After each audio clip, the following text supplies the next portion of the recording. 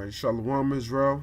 I'd like to give all praises, honor, and glory to Yahweh, Ba'ashem Yahushai, double honors to the apostles and the elders of Great Millstone, and Shalom to Lekman out there doing his work of faith and labor of love and true sincerity.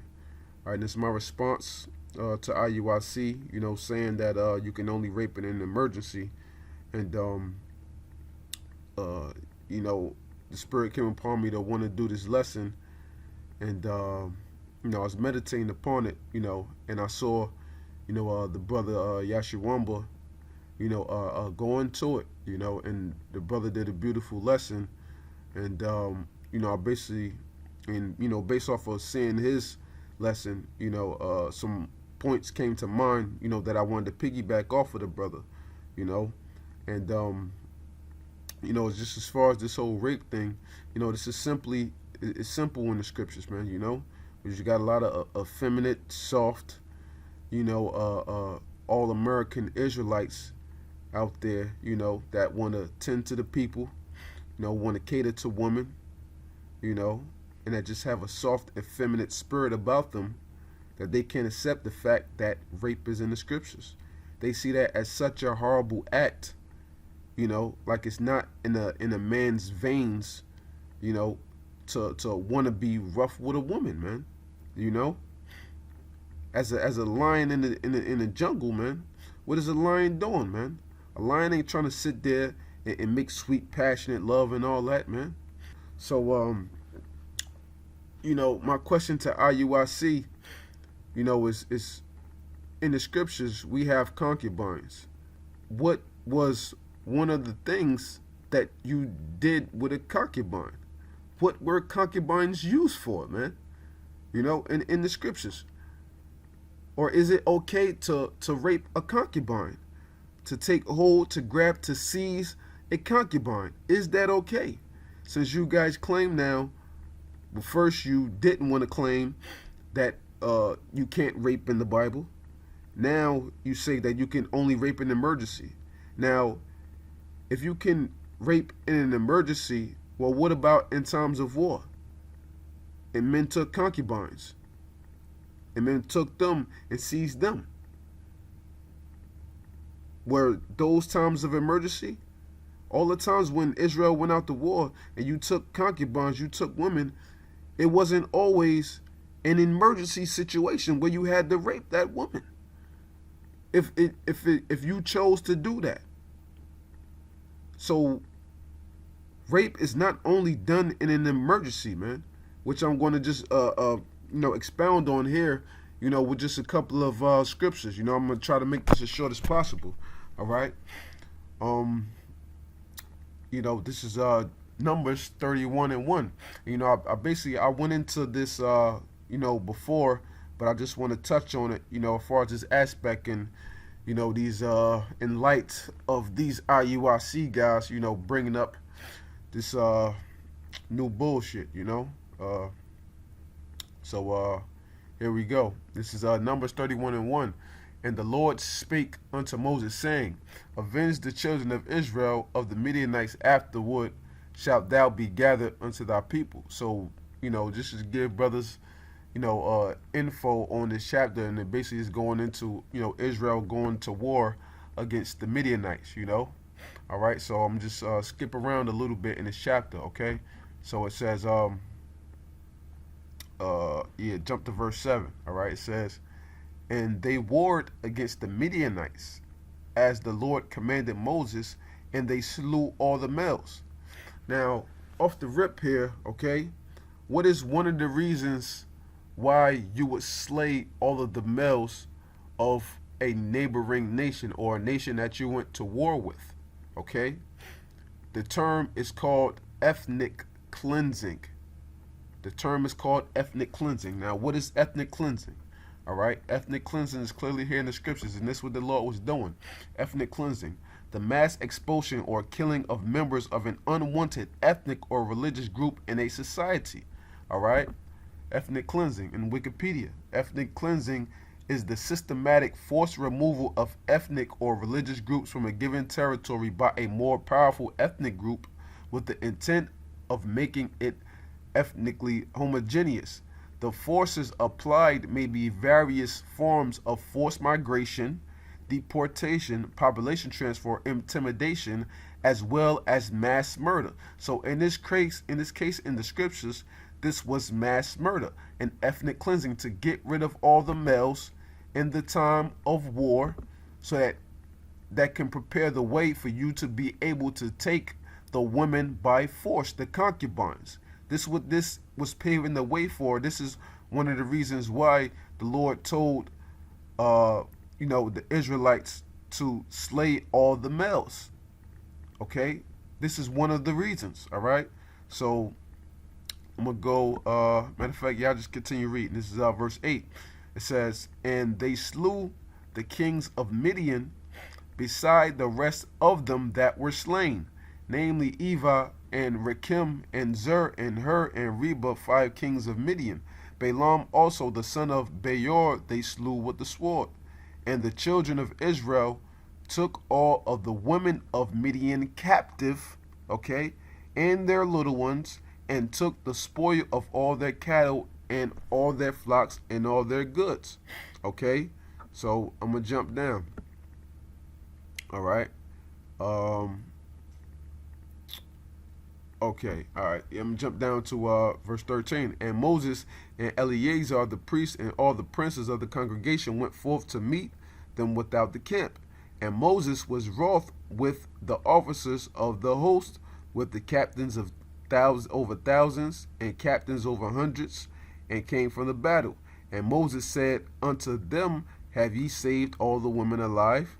Behold, these caused the children of Israel through the counsel of Balaam to commit trespass against the Lord in the matter of Peor. And there was a plague among the congregation of the Lord." Okay, now what? Verse 17 says, "Now therefore kill every male among the little ones." Okay, as I went into with that term ethnic cleansing, this was what Israel was doing, ethnic cleansing the other nation to prepare the way to take their woman. Okay, "And kill every woman that have known man by lying with them." So the Lord clearly told him, kill every male, okay, and kill every woman that have had sex with the man, okay.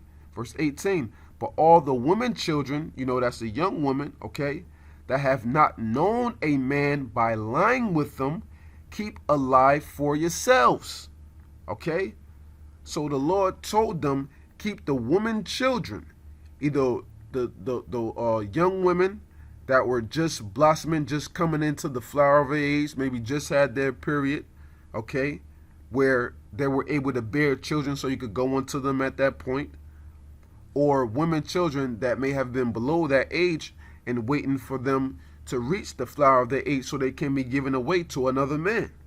Okay, so this was that whole point. Okay, so going on further in this chapter, okay, now when you're going on, basically what the scripture spoke on the women, they were being kept alive for the men. Okay, now in the time of war, women are booty, women are spoil. All right, now this is verse 25. "And the Lord spake unto Moses, saying, Take the sum of the prey that was taken, both of man and of beast, thou and Eleazar the priest and the chief fathers of the congregation." So he said, take the sum of the prey, okay, "and divide the prey into 2 parts between them that took the war upon them who went out to battle, and between all the congregation." Now the women were considered in that prey. Okay, the women were considered in that prey, because when you go further on, all right, in this chapter, all right, is verse 32, "And the booty, being the rest of the prey which the men of war had caught, was 600,000 and 70,000 and 5,000 sheep, and 62,000 beeves, and 61,000 asses, and 32,000 persons in all, of women that had not known man by lying with them." So they had this amount of women that were virgins, that they kept alive for themselves as booty. Okay, as booty. When you go into etymology online, what is booty? Plunder, gain, profit. Okay? In other words, what? The booty, the plunder, you can rape that. Because what is the definition of rape? What? You have here what? Booty. A rape, booty, prey, forceful seizure, plundering, robbery, extortion, reparere, to seize. Okay? Meaning act of abducting a woman, and in this case, okay, the act of abducting a woman or sexually violating her or both. Okay? Now, another point that the brother Yashawamba made in that video, he said that you can't just go around, in reference to the point that he made to IUIC, you can't just go around just saying that you can rape in the case of an emergency. Where's the law to back that? Okay? Where is the law to back that? That it's only in the case of an emergency. Because this is clearly not here in the case of an emergency.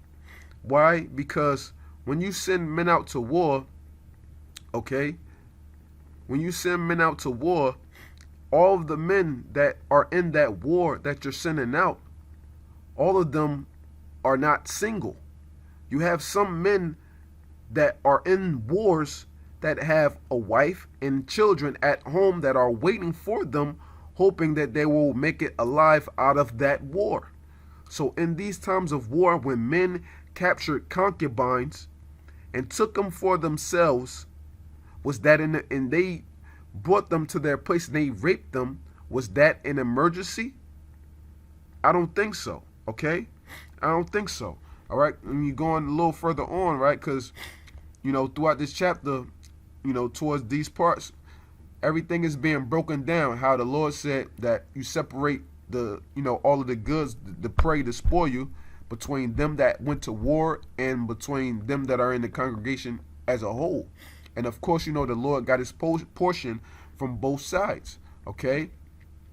But it said, toward the end of this chapter, right? In the end of this chapter, 30, verse 53, it says, "For the men of war had taken spoil, every man for himself." So every individual man basically had their pick of the litter. Okay? Because the spoil, like the gold, the cattle, the sheep, and all that was divided amongst them that actually went out to war and the rest of the congregation, and the Lord had his portion as far as both ends of the deal. Okay? Now, what law is this backed by? This whole act here, this whole time of war, and this time of history, what is this backed by? This is backed by Deuteronomy 21:10. Okay? "When thou goest forth to war against thine enemies, and the Lord thy power have delivered them into thy hands, and thou hast taken them captive," okay, "and seest among them, and seest among the captives a beautiful woman, and hast a desire unto her, that thou wouldest have her to thy wife, then thou shalt bring her home to thy house," okay, "and she shall shave her head and pare her nails, and she shall put the raiment of her captivity from off her, and she shall remain in thy house, and bewail her father and her mother a full month, and after that thou shalt go into her and be her husband, and she shall be thy wife." Okay?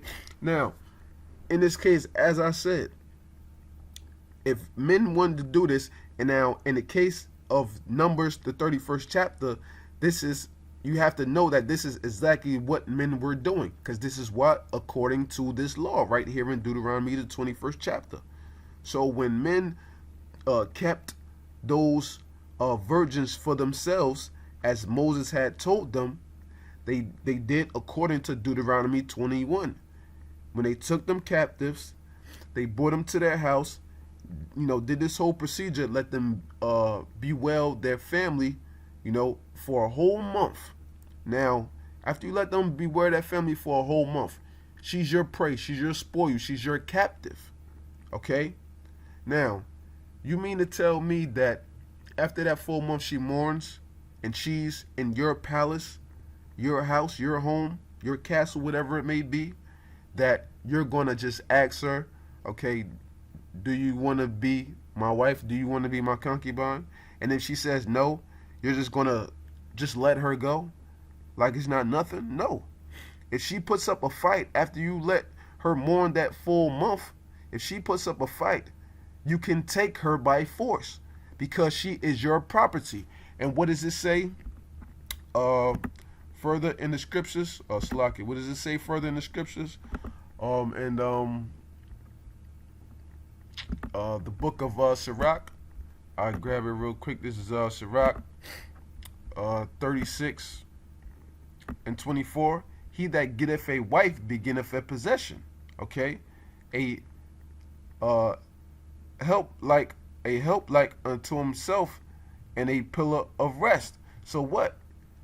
Or whether it's a regular wife or a concubine, she's still yours. So that's the beginning of your possession. So she's your possession.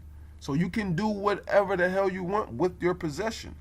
So after that full month, you mean to tell me that you're going to actually sit there and let this woman deny you the box and just let her go on her merry way?